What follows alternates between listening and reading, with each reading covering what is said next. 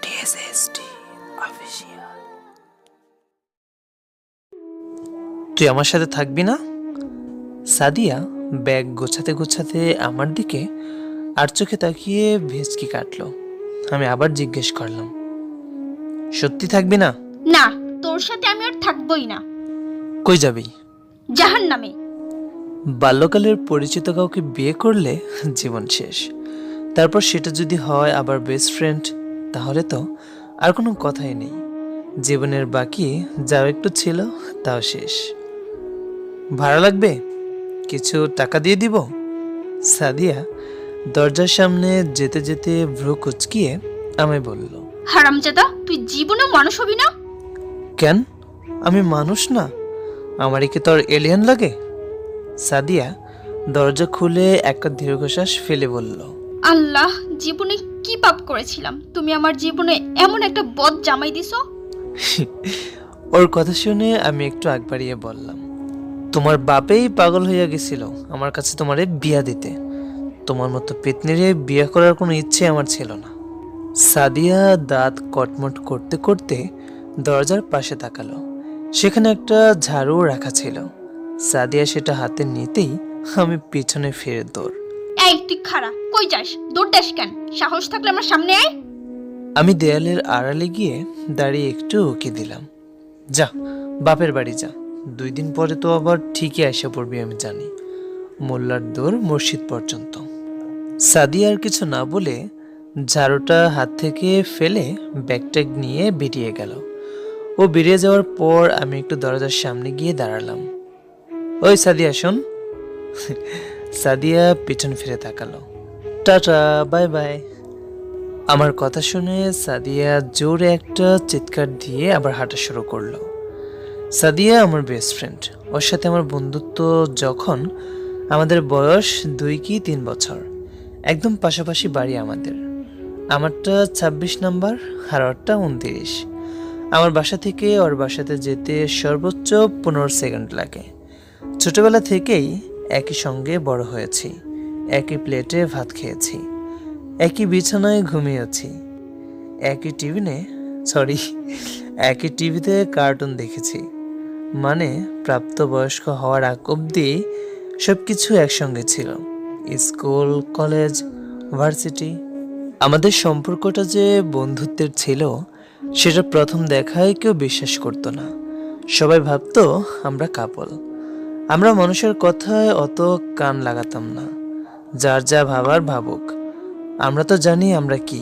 কিন্তু আমাদের এই বন্ধুত্বের সম্পর্কটা যে পারিবারিকভাবে বিয়ের দিকে গড়িয়ে যাবে সেটা আমরা কেউই ভাবিনি। আমাদের বিয়ে হয়েছে আজকে 1 বছর, মানে 12 মাস। এই 12 মাসে সে কম করে হলেও 36 বার ঝগড়া করেছে আমার সঙ্গে। প্রতিবার জানিয়ে ঝগড়া হয় তা আমাদের মাঝে একটু ভাবতে গেলে সেটা আসলে কোনো ঝগড়ার বিষয়ই না। আসল কথা হচ্ছে সে সব কিছুতেই জিততে চায়। সে হেরে গেলে অথবা কোনো কথা নিয়ে আমার সঙ্গে আর না পারলে তখনই শুরু হয়ে যায় ঝগড়া। আর ঝগড়ার সময় তার প্রধান অস্ত্র হচ্ছে বাপের বাড়ি। কিছু হলেই বাপের বাড়ি চলে যায়। যাক, এবার গেছে ভালো হয়েছে। একটু আরাম করা যাক কয়েকদিন, একদম ঝামেলা মুক্ত। সোফায় বসে তামিল মুভি দেখছিলাম। কি যেন নাম? ও হ্যাঁ, সীতারামন। ভিতরের যত ইমোশন আছে সব এক নিমিষেই চোখের জলে রূপান্তরিত হয়ে বাইরে বেরিয়ে যায়। এগুলোই হচ্ছে মুভি দেখতে দেখতে হঠাৎ দেখি বউয়ের কল। মুভি দেখার ধান্দায় থাকায় প্রথমবার ফোন রিসিভ করতে পারিনি। আমি একদম মুভির ক্যারেক্টারে ঢুকে গিয়েছি মনে হচ্ছে। চোখ বেয়ে বেয়ে পানি পড়ছে। বলতে গেলে এক প্রকারে ফুপিয়ে ফুপিয়ে কাঁদছিলাম। বউ দ্বিতীয়বার আবার কল করলো। এবার কাঁদতে কাঁদতেই ফোন রিসিভ করলাম। হ্যালো। আমি ফুপিয়ে ফুপিয়ে কাঁদছি দেখে বউ জিজ্ঞেস করতে লাগলো, এই তুমি কাঁদতেছো কেন? আরে কি হয়েছে তোমার?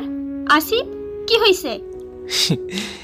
আমি মুভির ক্যারেক্টারে এতটাই বিভোর হয়ে গিয়েছিলাম যে সাদিয়া কি বলছে আমি যেন কিছুই শুনতে পাচ্ছি না। আরে আমি তো এমনি চলে আসছি। তুমি জানো না তোমার ছাড়া আমি থাকতে পারি না আসিফ।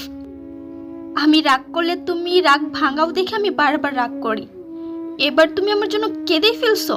আমি এক্ষুনি চলে আসছি। এই আসিফ, কি হয়েছে তোমার? আরে বোকা, আমি কি একেবারে চলে গেছি নাকি? হ্যাঁ, এভাবে কাঁদতেছো কেন? তোমার ছাড়া আমি থাকতে পারবো বলো? ইস, আমাকে বুকে জড়িয়ে নিয়ে কথাগুলো বলছিল। যেহেতু সে রাতে চলে এসেছিল, তারপর সারা রাত আমাকে তার বুকে নিয়ে অনেক ভালোবাসা দিল। আমিও নিতে লাগলাম। সে বুঝতেই পারলো না যে আমি মুভি দেখে কাঁদছিলাম। আসলে গল্পটি আরো অনেক বড় ছিল, আর অনেক কাহিনী ছিল। কিন্তু আমাদের এখানে একটি জায়গায় মানে পাশে অনুষ্ঠান হচ্ছে, এত শব্দ, হয়তো তোমরা এই গল্পের ব্যাকগ্রাউন্ডে বুঝতে পারতেছো যে অন্য কোনো কথা আসতেছে, নয়েজ আসতেছে, সাউন্ড আসতেছে, মানে পুরো আউলঝোল করে দিচ্ছে। তাই রাগের মাথায় ভাবলাম যে গল্প যদি আপলোড না দিই তাহলে কেমন হয়, তাই অমনি একটু একটু দিলাম। ইনশাল্লাহ 10 তারিখের পর থেকে একদম সে আগের আরটিএস এর মতো গল্প পাবে। এই কয়দিন তোমাদের কাছ থেকে ছুটি নিলাম, যা পারি তাই আপলোড দেব। 10 তারিখের পর থেকে সেই আগের মতো গল্প আপলোড দেব, ঠিক আছে?